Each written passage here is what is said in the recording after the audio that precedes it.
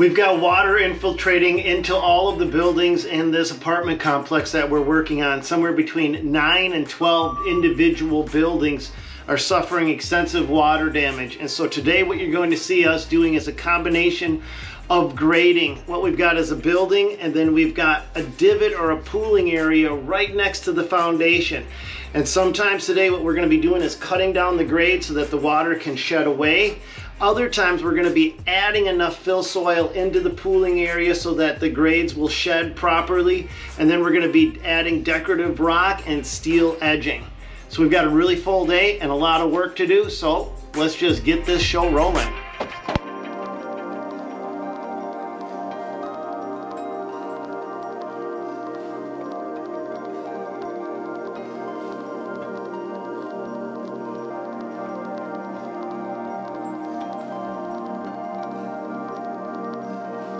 So one of the things we have to be conscientious of is thermal heaving. And here in Minnesota, when we have a foundation underground, the heat from the building itself will keep the ground thawed about 4 foot out. So if this is the building, what'll happen is a 4 foot zone out of the building, this will always stay warm just from heat loss from the building. But once you get outside of that 4 foot zone, then the frost can set in and this area can fluctuate up and down. So at certain times of the year, especially during frost heave in the winter, this will go up, and in the spring it'll drop back down. So sometimes your grades will look perfectly fine depending on the time of the year that you're looking at it, and other times it'll look like it's just a pool capturing it. Yay, Johnny!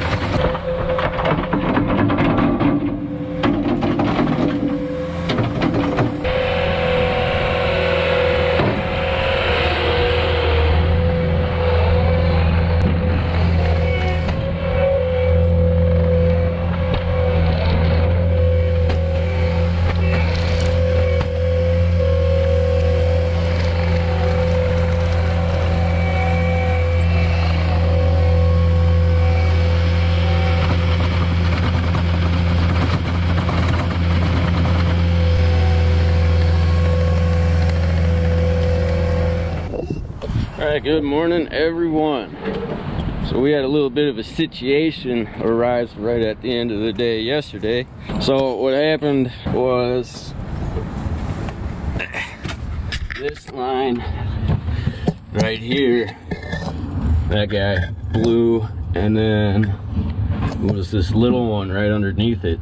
So these ones are going that spindle up there, and this is where they're at. These ones right here, and you know, you ain't got enough room to get in there and throw a wrench or nothing like that, so you gotta take the track off and a couple of other things. So Alex is gonna take this down to the yard, get that sorted out, because they cracked those lines. There's gonna be quite a bit of hydraulic fluid coming out of there, and we're gonna try to save the parking lot.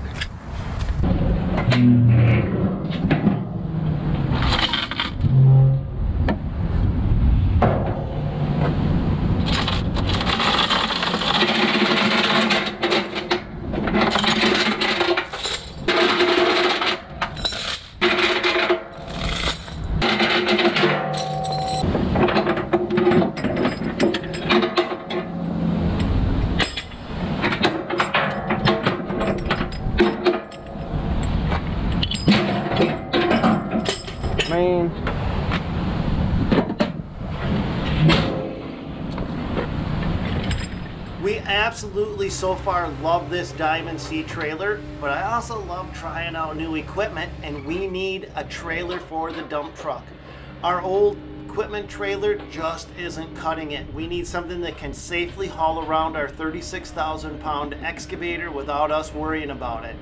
So do you guys have any recommendations for a trailer manufacturer that could handle a big beefy boy, something like that?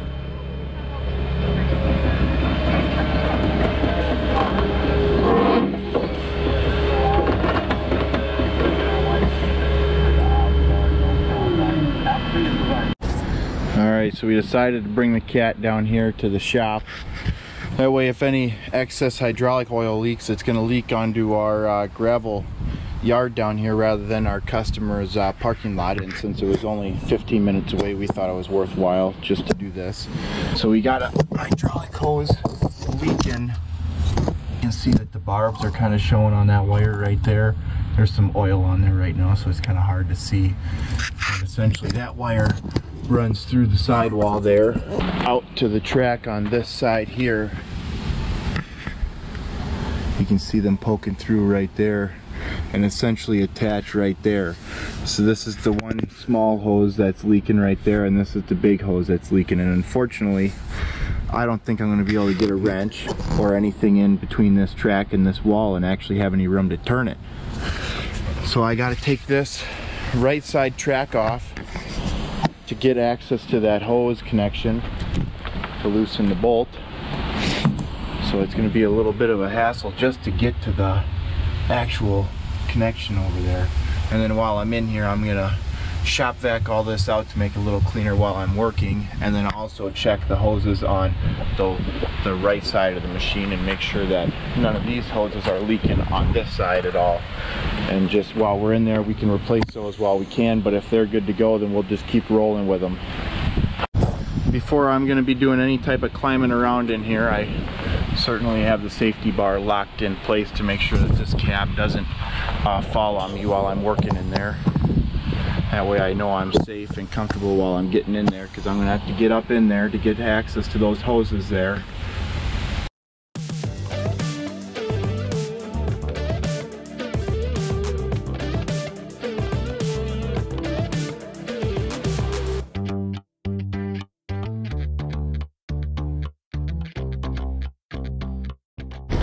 Alright, so you can see we got the floor all cleaned up in there. Like, at least where we're going to be working, there's still a lot of dirt packed in the back, but unfortunately I just don't have the time right now. I mean, you can see how much I already picked out. There's a pile over there, some here, some there, a little bit more there. That's fairly full inside there. I got the machine up on some blocks right now, so I can start taking off this right side track. Go ahead and start with taking this bolt off here. Alright, so now that we're inside the little access cover there, I like to take a bag and put that in here, because as the grease squirts out, it just goes right into the bag. You can grab the bag and pull it out. It's easier to clean it up. So then this, right, the greaser right here, you want to go one full turnaround, no more. So I'll just pop it loose here. Oh, that's tough. Yeah. There we go.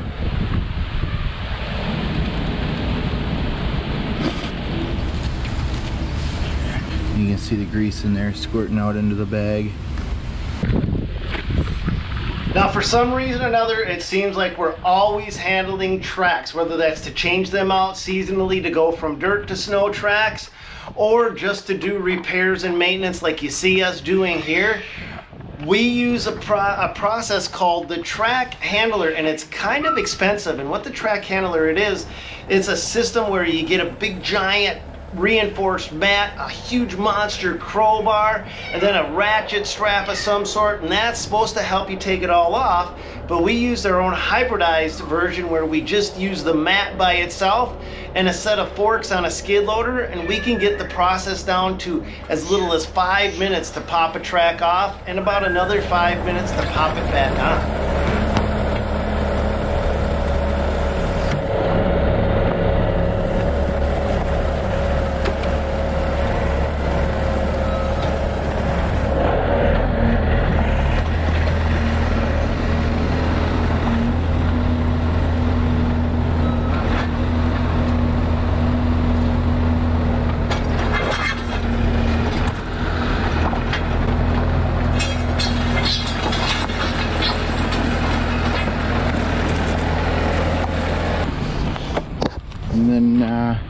Here's the grease inside of there.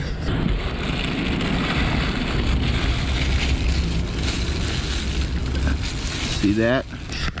I mean, it's almost spotless inside of there. Well, I apologize for not catching much footage because I got my head down and I started working and cranking, and maybe now you can see that worn down piece of the line a little better right there. That's where it's leaking from. Actually leaked off the back of this hose, so I already got that one disconnected. I had to disconnect a few back there to be able to get more clearance to get that one off. I also removed, I believe that might be air. It's pulling air, I'm not 100% sure, to this pump here. You can see down there, that's where the other connection was, and boy was that buried under about a foot of dirt. I couldn't believe how much dirt was actually back there. Kind of hard to see from the video, but the dirt is up there and the hose is way down there at the bottom.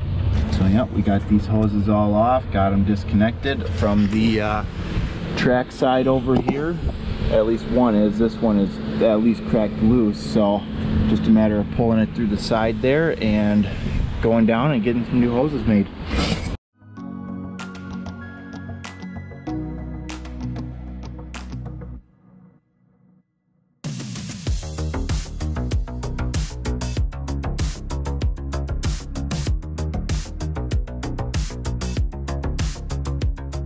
Alright, so now that I got the hoses out, I believe that you could really see this. Let me get it at a better spot here.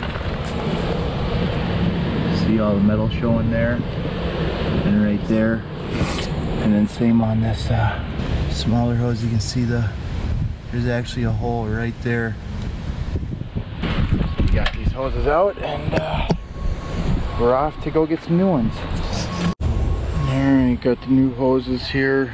Got the hydraulic fluid, or the hydraulic oil. I got this one already started fishing into there. I'll go ahead and get them, put them on.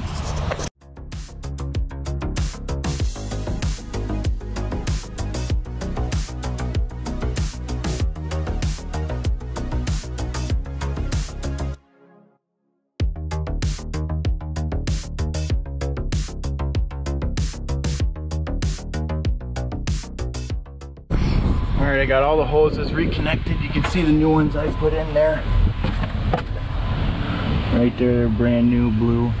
This right here is actually hydraulic oil, the main line to the pump there.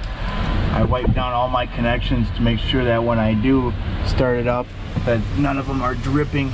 It looks like that one back there actually is dripping, so I'm gonna have to investigate onto that and just make sure that it's tightened up enough, and maybe the gasket isn't making a good seal. I'll have to pull it off and evaluate it. Alright, so I got it all filled up. Getting the cap put back on. Starting to get the cap bolts back in. I already put this track in. I already retightened the grease zert. So now it's just a matter of pumping some grease into the track. Get these cap bolts mounted up. And take it off the jacks and see how it runs.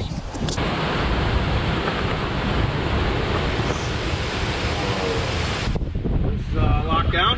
Yep. Ready to rock and roll, huh? Not really latching.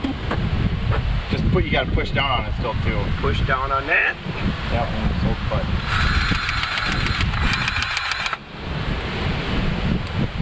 Seems kind of suck, don't they? You gotta push on it. I am pushing on it.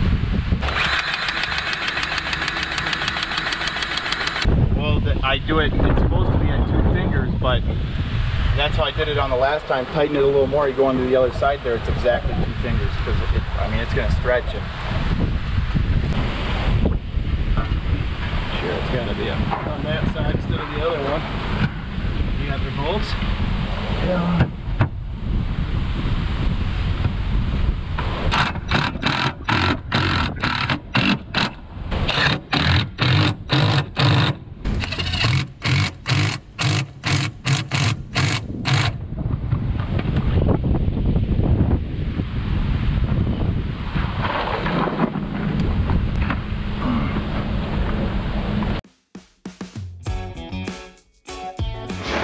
make sure that he's got all the potential leaks repaired before he brings it back out to the job site. Alex wants to wash it down and give it a rinse over.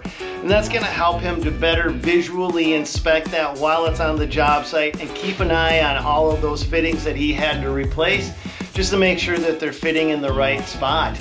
But we got a lot more adventures coming up on the next video. Like I told you, there's never a boring day when you're in construction and on the next job site. I think it's going to prove that.